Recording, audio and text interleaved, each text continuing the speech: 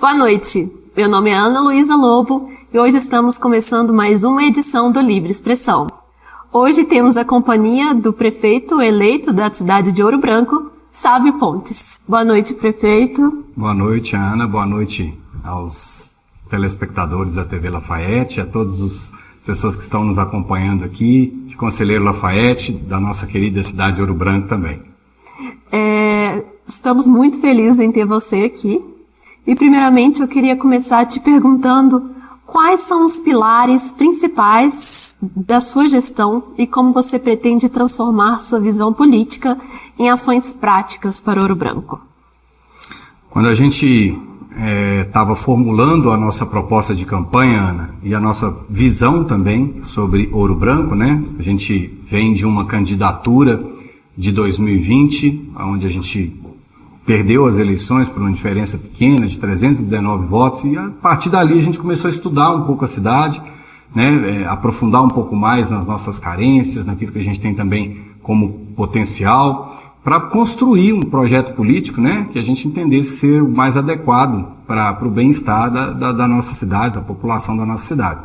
E a gente deu o nome da nossa coligação na época da campanha, que foi, achei muito sugestivo o nome, que foi Tempo de Cuidar e Desenvolver, né.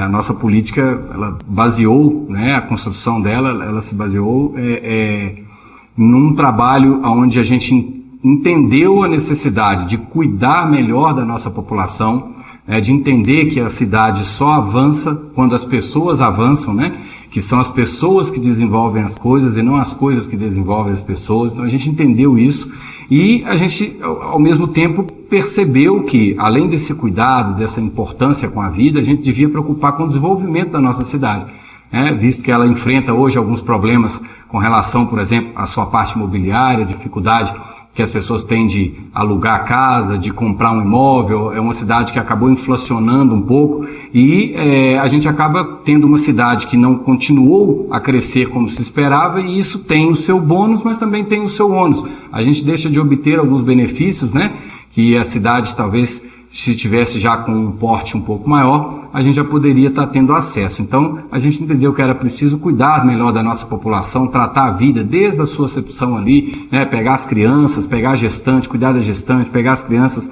e conceder a ampliação de vagas em creches, para que a gente tivesse a oportunidade já de trabalhar a educação e o cuidado com elas desde a infância, depois a nossa juventude, a nossa fase adulta, a terceira idade também, que hoje é normal, né? As cidades, os países já estão caminhando, o Brasil não é diferente disso, caminhando para ter uma população predominantemente idosa nos próximos anos. Então a gente quis se preocupar com isso, mas a gente sabe que se a cidade não desenvolver, não tiver uma economia pujante, uma diversidade econômica, oportunidade de emprego, de cultura, de lazer, de esporte, a cidade também não vai se desenvolver e a gente vai acabar não conseguindo fazer o que a gente esperava. Então a política que a gente construiu foi pensando nesses dois fatores aí, no cuidado com a população e no desenvolvimento da nossa cidade.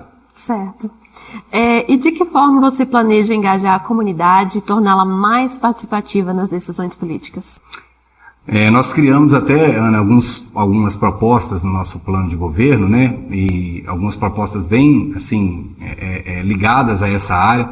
Eu costumo dizer que as coisas acontecem no meio das pessoas, né? Os problemas, esses últimos 4 anos eu me dediquei muito a fazer isso, e a gente descobre e percebe coisas que talvez, se você não sair da prefeitura, se você não tiver esse contato direto com a população, você não vai conseguir perceber. E a gente criou alguns mecanismos, por exemplo, a gente criou a ação do nosso plano de governo de criar o programa do orçamento participativo, que a gente quer pegar uma parcela do orçamento nosso e destinar essa parcela a projetos que a população venha a escolher o melhor projeto para aquela comunidade, participando diretamente dessas questões, né? A gente quer também fazer um trabalho um pouco como uma prefeitura itinerante nas comunidades, uma vez por mês, visitar uma comunidade, sentar com órgãos ali da prefeitura, para debater o que precisa melhorar ali, o que não precisa melhorar, né? Ter um canal de ouvidoria, de acesso à informação e também a reclamação do cidadão, um canal livre, aberto, que funcione, que dê uma resposta em tempo hábil, né? Que as pessoas hoje às vezes reclamam um problema, isso leva 30, 40, 60 dias para ser resolvido. que tenha esse canal mais próximo à população, convidar a população a participar mais também das decisões, né? Hoje a gente tem uma dificuldade, isso eu acredito também que não seja só de Ouro Branco, é uma dificuldade nacional, em razão às vezes do debate acalorado da política também, de alguns exemplos ruins que a política trouxe nos últimos anos. As pessoas acabaram afastando um pouco desses espaços de debate político, de construção política. Então a gente quer trazer essas pessoas, usar o espaço que a gente tem para definir, para decidir, para conversar com a população, fatores como coleta de lixo, como eventos culturais, todos esses fatores, se a gente trouxer a população, a gente consegue um resultado melhor com ela opinando, com ela participando, né, dessas ações. Bom, e entre os projetos que você pretende implementar, quais terão prioridade e por quê? Tá, hoje a gente tem um compromisso, Ana, muito grande, a partir do próximo exercício, de começar a pesquisar a nossa cidade, de criar uma base de dados e trabalhar a política muito com base em evidências, sabe? Muitos anos os políticos trabalharam muito essa situação de investimento nas suas cidades, nos estados e até mesmo no país, com base às vezes no achismo. É preciso a gente ter provas, né, ter dados um pouco mais consistentes para a gente fazer esses investimentos de maneira correta. Hoje, os dados que a gente conseguiu obter, e aí até em razão da campanha política, a gente pesquisou a cidade, pesquisou os problemas da cidade, os problemas que mais, assim, chamaram a atenção da população e que mais foram motivo de queixa da população, foi a saúde pública e a limpeza e a manutenção urbana. É lógico que todos os outros problemas são importantes, né? Desenvolver a cidade é importante, mas esses talvez sejam dois tópicos aí mais críticos que hoje a gente tem como um primeiro, digamos assim, não um principal, um primeiro desafio chegando na prefeitura, que é melhorar a qualidade da saúde pública que está sendo entregue à população e melhorar também a nossa cidade no que diz respeito à sua limpeza, à coleta de lixo, né? E causando um ambiente aí mais saudável, uma cidade mais bonita para as pessoas que vivem e que também frequentam a nossa cidade. Agora é óbvio que a gente tem outras missões também. Hoje a gente tem, por exemplo, uma demanda por vaga em creche, então é prioridade nossa construir mais creches na nossa cidade. Nós temos uma demanda hoje com relação ao trânsito, nós precisamos de melhorar a infraestrutura para que a gente tenha um trânsito mais capilarizado, mais aberto na cidade. Então nós vamos trabalhar nessa linha e talvez os primeiros desafios são esses e os outros todos, né, não deixam de ser importantes também. Com certeza. Bom, uma dessas coisas que eu ia te perguntar, inclusive, é que Ouro Branco tem enfrentado esses desafios com a coleta de lixo, né, e a manutenção da fiação nos bairros. Como que você pretende abordar essas questões? A manutenção da fiação. Fiações soltas, assim, muitas pessoas reclamaram. Pois é a questão da limpeza urbana, né? A gente está levantando já algumas situações que a gente pode já interferir, já logo de plano, né? Aí nós vamos analisar a parte da coleta, da periodicidade dessa coleta, da quantidade de equipamentos hoje que vem sendo utilizados, se é necessário aumentar, da quantidade de servidores que atuam hoje também nessa coleta, se as equipes estão dimensionadas corretamente. Isso é o mais digamos que é o mais prático e rápido de se achar uma maneira de melhorar esse problema. Agora, a gente está considerando outros fatores também, porque quando a gente fala de coleta, de manutenção urbana, nunca é só aquele serviço de passar o caminhão e coletar o lixo. A gente tem que fazer um trabalho muito bom no que diz respeito à educação ambiental, das nossas famílias, nas escolas, né? Para que a gente possa criar mecanismos também que as pessoas se sintam parte daquele processo e que elas colaborem com aquele processo também para amenizar o impacto que a gente tem de considerar que só o poder público é obrigado a limpar, é obrigado a cuidar de tudo isso. Então a gente quer também, além disso, de trazer essa parte da educação ambiental, criar ecopontos na cidade, né, que são espaços para coleta seletiva. A gente vai começar talvez com algumas comunidades ali com um projeto inicial ali, piloto, para a gente ver como que vai funcionar. Isso vai ajudar também, já tem muitas famílias com essa consciência, então a gente deve proporcionar espaço para que elas possam fazer essa questão de separar o seu resíduo, colocar naquele ecoponto para depois isso ser coletado. Tudo isso, a soma dessas ações vai impactar numa cidade mais limpa, numa cidade com um aspecto melhor com relação a isso, né? Agora, essa questão da fiação é uma questão complicada e a gente precisa ter um trabalho em conjunto com essas operadoras para a gente tentar identificar quais desses fios hoje não estão sendo utilizados, porque hoje o que acontece? Se instala ali uma quantidade de fios, aquelas pessoas ali vão embora, aqueles fios não são retirados.